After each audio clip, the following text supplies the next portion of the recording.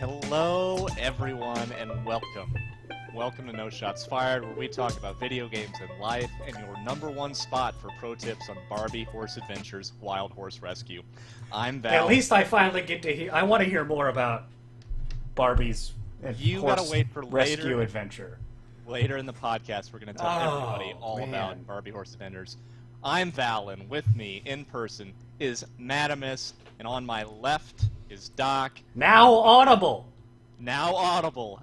An important component of any podcast, and we are the spiders weaving webs of truth in your dark little minds. This week's special guest is no one, because we don't have a special guest yet. Just a blank hole in the middle. For anybody who may have stopped by earlier and heard only me talking, we now have multiple people talking, huge advancement in the technology. This is episode 2, The Unyielding Umbrella. A title Think about which, it. Think about as it. always, means nothing, so don't read into that. Think about it. Anyway, let's jump right in for the second time. This is like a horrible sense of deja vu.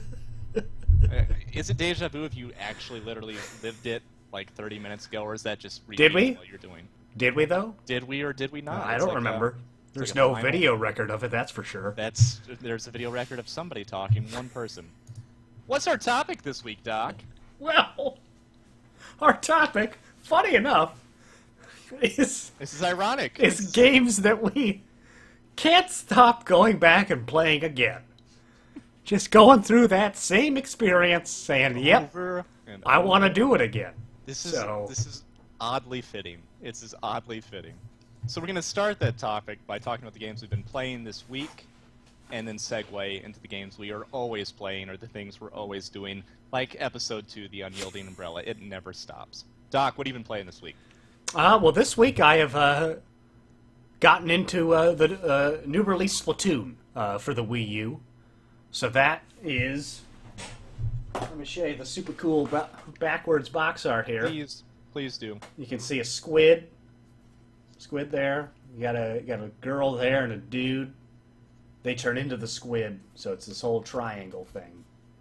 But the main mode of the game is a 4v4 online multiplayer, what's called Turf War, where you're trying to cover as much of the map with your own ink and prevent the other team from doing so. So and it's got different weapon types, it's got different special ability types, it's got different upgrades you can wear. You can customize your gear, which you can choose to look either, cute or useful. You can do one or the other. Huh? Well, if gear's good, but it doesn't, it clashes with your outfit, you have to choose if you're willing to go into battle like that and look like a fucking idiot.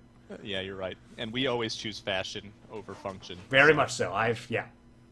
Much to my detriment, yes. I've been replaying a game, Myth 2 Soul Blighter by Bungie, the sequel to Myth the Fallen Lords, a real-time strategy game that was, and still is, slightly unique in that, in terms of real-time strategy games, it's not one in which you can build your own units or buildings. You get a set amount of units at the start of each mission, and you have to make do with those units throughout the course of the mission. But again, I think that's actually a perfect opportunity for us to segue into the games we play over and over again, because for me, Myth 2 specifically is one of those games. I keep coming back to it.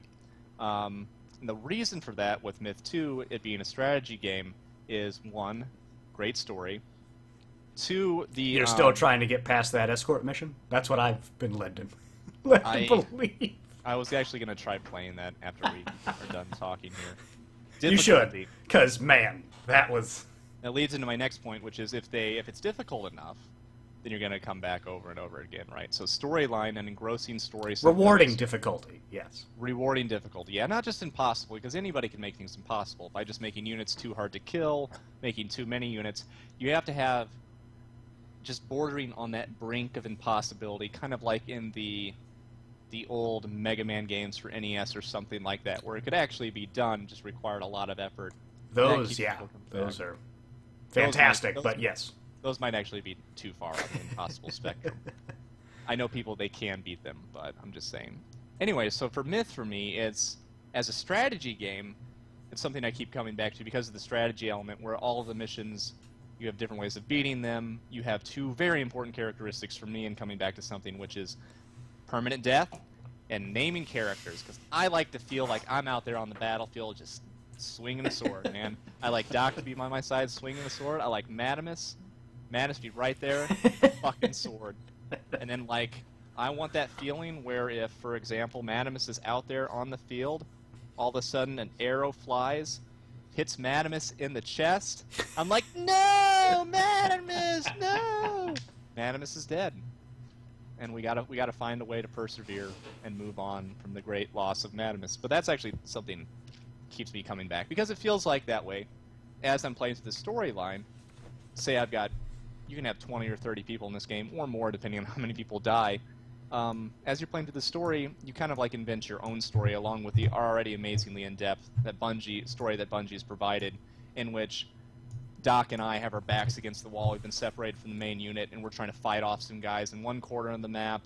On another corner of the map, somebody's getting cut down. Just stuff like that. You have like your own little narrative. You feel like you have agency in this engrossing story that Bungie's already created, but then you feel like you're a part of the story, which is even better. Yeah, that's definitely a big aspect of it. Well, like, and in that vein, in that storytelling vein, Doc, you like the Final Fantasy games, which really do that for you. Yeah. I find myself going back to Final Fantasy 2 in the US for Super Nintendo, 7 and 9 probably. 2 probably because that was kind of one of the first video games I think we talked about in the first episode. That's one of the games that kind of defined me and my interest in this, art form. Is the story of it, the combat of it, the memories of watching my brother play it, because I was 4 or something when it came out. But 7 is probably the first one that I played as an individual that, and sure, a lot of people did that. Spoiler alert: Final Fantasy VII is a pretty good game. But 9 also, people didn't seem to like 9 as much. It's much more of a throwback to the Super Nintendo games in terms of kind of story tone and that sort of stuff. But it's the similarity between all 3 of those games for me is the story, the music, kind of the depth of atmosphere that's created, and it's that more than anything that kind of keeps me coming back. There's tedious battles, there's tedious aspects to the combat in all 3 of those games, but if I have, a well-realized world that I can feel like I'm a part of, then I can move through a lot of those things, and that's what keeps me coming back to playing those games. Is kind of, I want to go back to that world, basically. Well, absolutely, like that engrossing experience, like a really well-designed experience. I mean, that is like the key component, the story game that you keep coming back to, where you feel like you're actually in a different world. Oh man, Brony Beast, not trusting the links, guys. I'm not gonna. I mean, I'm just asking. Alien Viking can send us a link. Alien, we trust. He's been here. I feel like Brony Beast has been around before. Anyway, we're getting off topic. The man is sending hackers to try to shut down the truth once again. They're not going to stop us this time. We have to deliver you those morsels of truth about, Barbie Horse Adventures that you guys desperately need. Nothing will stop us from doing that. Actually, a lot of things will stop us, but we're going to say nothing will stop us. Yeah, so like an engrossing story is one great way of having people come back to games over and over again. Myth has that. In addition, also Final Fantasy Tactics is one I've play over and over again. Just a really great, engrossing gameplay, and you mix that with a world that is well crafted, well woven, little shards of coolness embedded in the weave. And then you've got something really awesome that everybody is. I kind of went with a throwaway comment there because I lost my train of thought. But yeah. It's the. It's just kind of that depth of character. And just kind of you can kind of tell when a game has had that kind of effort put into the smaller things.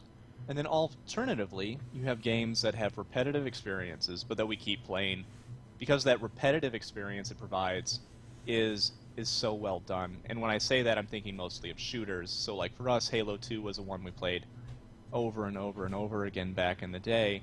And same series of maps. a little variety in game type and stuff, but you can feel like what is really a pretty repetitive experience. If it's really well done, that'll keep you coming back too. Yeah, absolutely. Yeah, and it's that competition against other people, I think, that kind of also drives that, like... Because that's where the variation comes in, is if you have well-designed maps and a well-designed gameplay experience, then every match is a little different. Yeah. If the maps are good, if the online experience is good, you can look past quite a bit of, of other things, to get that kind of competition aspect. And there's nothing quite as good of a feeling, at least in terms of a video game experience, as like, coming back or winning a close game or doing that sort of stuff in Halo or Counter-Strike or any of those games that people play a lot. And when whoever the game maker is or game designer throws on a bit of any sort of like stats after the game, layer on achievements on top of that, so that we can win games in different ways. For example, if in your stats section you had a shots counter, then we could win games by not shooting. Without firing any. We still can do that, but it's a lot more satisfying after the game to be like, hey guys, check out how many shots we fired that game. That stat screen. Check out how many shots we fired that game, guys. That was one of the most satisfying experiences I have ever had. In a life largely devoid of meaning, that has been one of the few bright points. Who could argue with that, though? I have a brief aside, Doc, and that is, would you go to Jurassic Park if it were a real place? No. I don't think I would either. No. I mean, but in this next installment of the Jurassic Park franchise, there are huge crowds. I mean, in Jurassic Park 2, a T-Rex got loose in, like, Los Angeles. I say, if we're given to believe this is the same universe, it's really mind-boggling that people go, yeah, well, sure, but it's probably fine this time. Just there's little plastic bubbles. We're good. I'm just making sure that I wasn't missing something, because I don't. Maybe that's what movies anymore. You create some ridiculous scenario. You know what? I'm gonna tie this in. I'm gonna make this a tie-in to what I'm talking about here. Engrossing experience. I'm not gonna go watch Jurassic Park probably at all, but the movies I do watch over and over again craft when they are like a fantastical experience, like Jurassic Park. It's a sci-fi thing. Dinosaurs don't yet exist. We're working on that, don't worry. They don't yet exist. If you craft a good world, people are going to watch it over and over again, watch the movie over and over again, because then you feel like you're in this fantastical world. So like Star Wars, for example, you felt like you were on the tip of an iceberg in a world in which there's so much more going on, and when you craft a really good storyline, and you actually write some of that backstory that you don't reveal in the movie, things feel like that. They feel like it's part of a world. Jurassic Park, nobody's going to go and watch this stupid-ass movie over and over again, because it's not that the concepts are implausible, because in science fiction or fantastical films, you're always going to have to make that leap, that suspension of disbelief, but you should still have people have realistic motivations, for example. Characters, even if they're aliens or whatever, or like balls of energy or little green, I don't know, what else. They need to have like realistic motivations that you can identify with. That's like a huge part of making a world feel believable, even if that world operates by a completely different set of rules. And in that vein, Final Fantasy does a great job of that.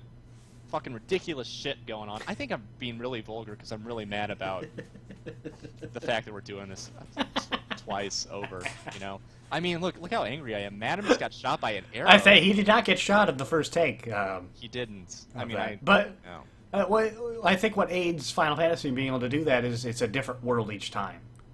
They don't have this long laundry list of events they have to consider when they're crafting that new story. Whereas,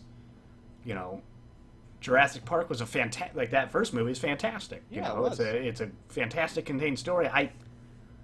I don't know if it was set up to go beyond that. Like, has anyone? I know the Lost World book is supposed to be fantastic, but any of those other movies have kind of, I think, have fallen flat. Which I think is an aspect of thrillers like Jaws. Great point, actually, because